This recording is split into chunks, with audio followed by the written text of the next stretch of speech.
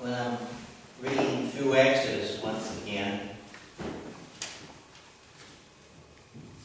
I try to put that picture in my mind where these folks who have been carrying the load, if you will, for the Pharaoh and the Egyptians, as they were trying to find a place of peace for themselves, and a place to stand with dignity, they engaged with God, prayer.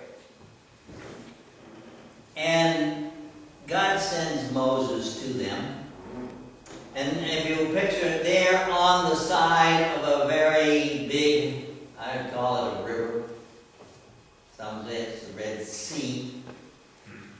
And it's nighttime, and they know that come daybreak, that the Israelites who are pursuing them will break out of camp and probably catch them and destroy them. And this is the scene. But in the night, there is something happening in the midst of their distress. I would guess, probably from experience, that as they waited the night out, the cloud of anxiety and pain grew deeper and deeper, because they knew at that moment that the sun broke the horizon, that they would be engaged. Not because they did something wrong, but because some folks who looked at them as being different, who looked at them as being a problem, chose to destroy them in any way they could. They were pursuing them, as it says, with chariots, swords, on horseback, whatever.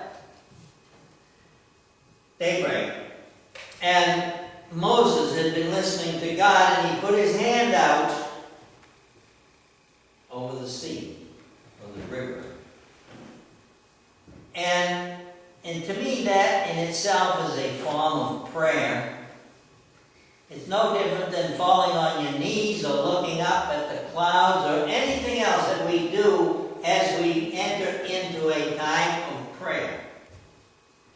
When there is something in our life that has us out of control. And one would have to say that the Israelites were out of control. They were cornered. They were in a tight situation between the water and those who were pursuing them.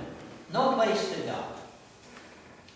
Moses puts his hand out, the water's part, and they go through. And this picture, I like. The ground was dry. Have you ever seen a river that was drying up? The river bed that the water has just left is pretty nasty. And you try to walk through it, and it squishes up around your toes. When we was kids, we'd be down to the river, especially in the late summer, and go across where the water had receded somewhat before we drove in. And you almost had to take a bath when you get out because of the mud in your feet. And that's what I start picturing, the river that they were, the sea that they were crossing to be, but the story tells us that it was dry. No different than that path, that aisle that goes right up between these pews. Dry. So they went across, it held their horses, it held their chariot, it held their equipment. And on the other side. But the picture that is painted is that when they come to the sea, there is a dark cloud ahead of them. And there's smoke and fire. And then it says during the night it moved to be behind them. Think about that. When you're struggling with a problem, and I don't want you to show me any hands or anything, But don't you feel like there's a dark cloud over your head? And sometimes that cloud is in the way of you solving the problem, moving ahead. It holds you back. It feels like smoke and fire. It feels like you can't do anything about it. But in this picture, that very dark cloud moves itself behind them. And what do they see before them? A path, a roadway across that river. A roadway. It's God's will. It's God's will that that was happening.